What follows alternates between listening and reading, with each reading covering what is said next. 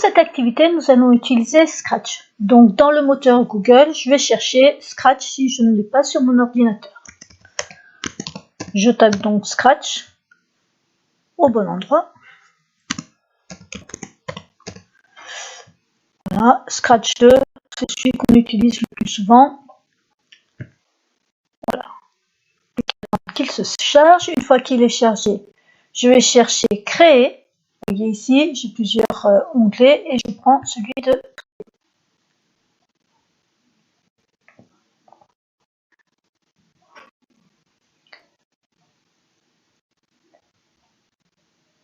Voilà. Donc là, ça c'est un tutoriel pour vous aider à le prendre en main. Bon, on a déjà utilisé Scratch, donc normalement ça devrait aller. Alors, première chose, on vous demande de taper le petit programme. Donc on va commencer par un événement. Donc, quand le drapeau est cliqué, relevez le stylo. Alors vous voyez ici, j'ai mouvement, apparence, son, événement, contrôle, capteur, opérateur, variable et bloc. Et je ne vais rien avoir sur le contrôle du stylo. Donc là, je vais être obligée d'aller dans les petits plus en dessous, ajouter une extension. Je vais ajouter une extension et qui ne concernera pas la musique, mais qui concernera justement le stylo et les écritures. Je l'ajoute. Et donc ici, vous voyez, j'ai le stylo qui apparaît avec toutes les fonctionnalités du stylo. Donc ici, on me disait relever le stylo. Hop, relever le stylo. Ensuite, effacer tout. Donc ça, c'est pour mettre à jour votre écran. Ensuite, mettre à 50% parce que vous voyez que là, mon écran est pas très grand. Donc du coup, on veut quelque chose qui soit pas trop grand. Alors, hop.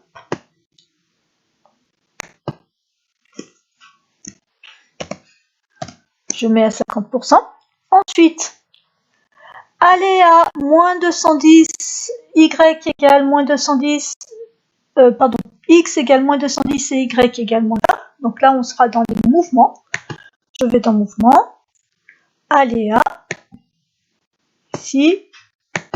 Là, je vais taper moins 210. Et puis ici, moins 20. Donc ici, j'ai relevé le stylo, j'ai tout effacé. J'ai mis à 50% de façon à avoir la place de faire toute ma frise. Et ensuite, je suis bien venue ici au début de mon écran de façon à pouvoir faire la frise tout en longueur. Ensuite, je mets mon stylo en position d'écriture puisque là, je vais pouvoir commencer à faire ma frise. Tac. Et je vais répéter 5 fois le motif et le déplacement. Donc, événement.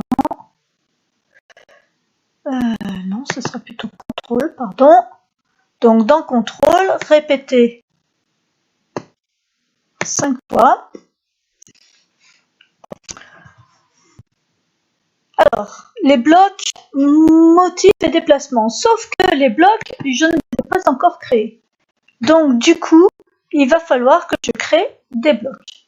Créer des blocs. Premier bloc à créer, ce sera le bloc pour le motif. Donc ici, je vais l'appeler motif. On a vu, en faisant le reste de l'activité, que le motif qui correspondait bien, c'est le motif numéro 1. Donc ici, ce sera s'orienter. Alors, s'orienter, on est dans mouvement. Hop. S'orienter ici. On doit s'orienter non pas à 90, mais à 0. Je remonte à 0, j'obtiens 0. Ensuite, on doit répéter 3 fois, donc on est dans le contrôle pour les répétitions. Répéter 3 fois. Donc avancer de 60 et tourner de 90. Là, on sera dans les mouvements. Avancer ici de 60 et tourner de 90. On fait attention au sens de rotation. Ici, on tourne vers la droite, dans le sens indirect. Donc ici, de 90. Ensuite, attendre une seconde, ça c'est pour qu'on puisse voir. Ah non, ce sera dans le contrôle, pardon. C'est pour qu'on puisse voir le déroulé de l'action. Ensuite, avancer de 30, tourner de 90. Avancer de 30 ici.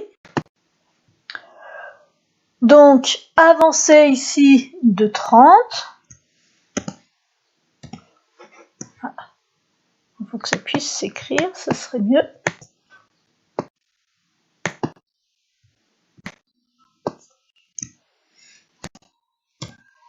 Avancer de 30, puis tourner de 90. Alors attention, au sens de rotation, on tourne toujours dans le même sens. Donc, on tourne vers la droite dans le sens indirect. On tourne de 90. Là encore, on attend bien sûr une seconde pour voir le déroulé de l'action. C'est un temporisateur. Alors, on va déplacer un petit peu nos blocs de façon à y voir un petit peu plus clair. Voilà.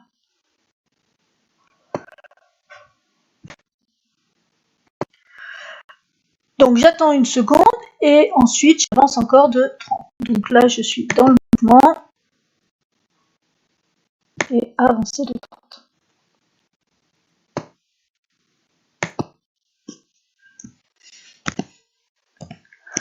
Voilà, donc ça c'est le bloc motif.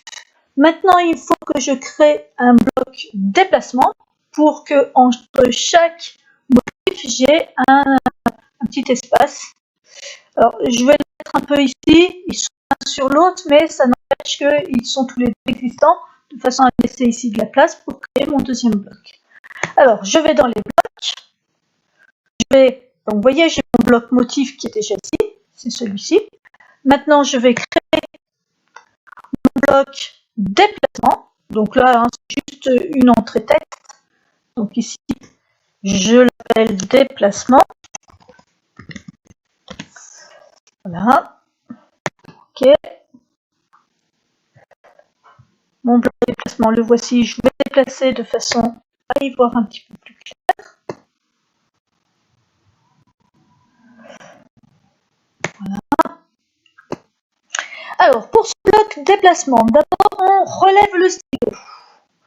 Donc, relever le stylo. Ensuite, on va s'orienter à 90. Donc, on sera dans les mouvements. Je descends, s'orienter à 90. Ensuite, on avance de 60.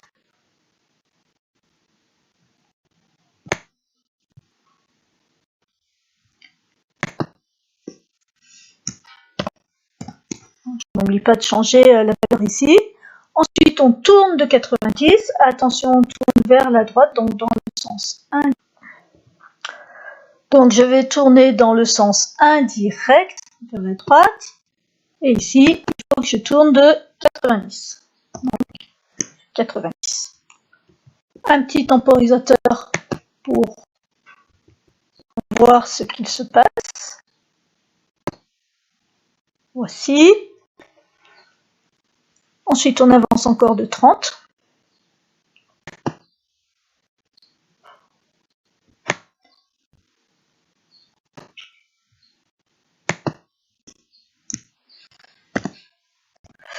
Et enfin, on met le stylo en position d'écriture, comme ça on sera prêt pour la suite.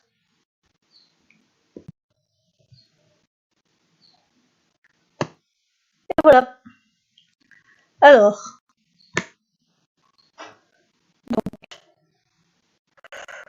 si j'arrive à ranger un petit peu l'ensemble, j'ai mon premier motif, j'ai mon déplacement, Et enfin, le programme qui va permettre de tout mettre en place. Alors, dans le programme, vous voyez que ici, je n'avais pas mis encore le motif et le déplacement, et pour cause, il n'était pas encore créé. Donc, maintenant qu'ils sont créés, vous voyez ici, j'ai motif et déplacement, je vais pouvoir indiquer que je veux faire le motif, puis le déplacement, et en fait ça, je vais le réaliser 5 fois pour avoir 5 petits modèles. Alors, en principe, maintenant, si je clique sur le drapeau, mon petit lutin fait ma frise. Voilà.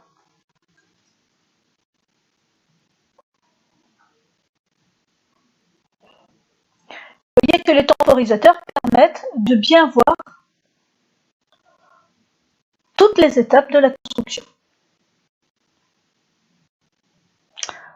Voilà. Alors, ça, c'est pour le programme général. Alors ensuite, si on veut changer l'espacement des différentes figures, ici, vous en avez 5, et on voudrait que l'espace entre les deux soit plus grand. Donc en fait, ce n'est pas dans le motif que je vais agir, mais c'est dans le déplacement. Déplacement entre deux motifs. Donc ici, ce qu'il va falloir que je fasse, c'est que j'agrandisse l'espace entre les deux. Soit ici, c'est l'avancée ici qui doit être modifiée. Si par exemple je mets 80 et que je relance,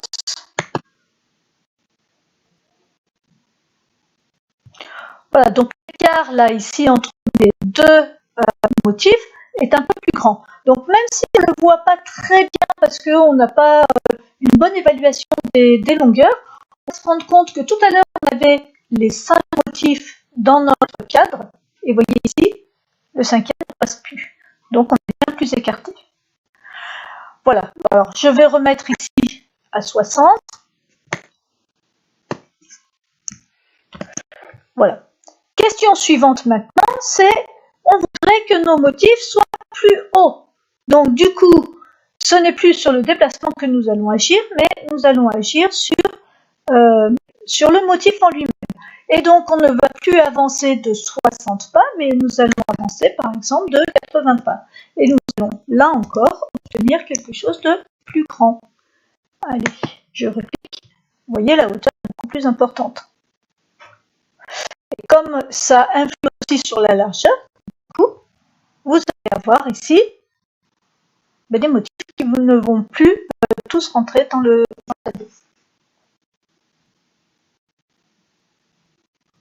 Vous voyez, le 4e ne rentre plus. Donc on a bien agrandi l'ensemble de la figure.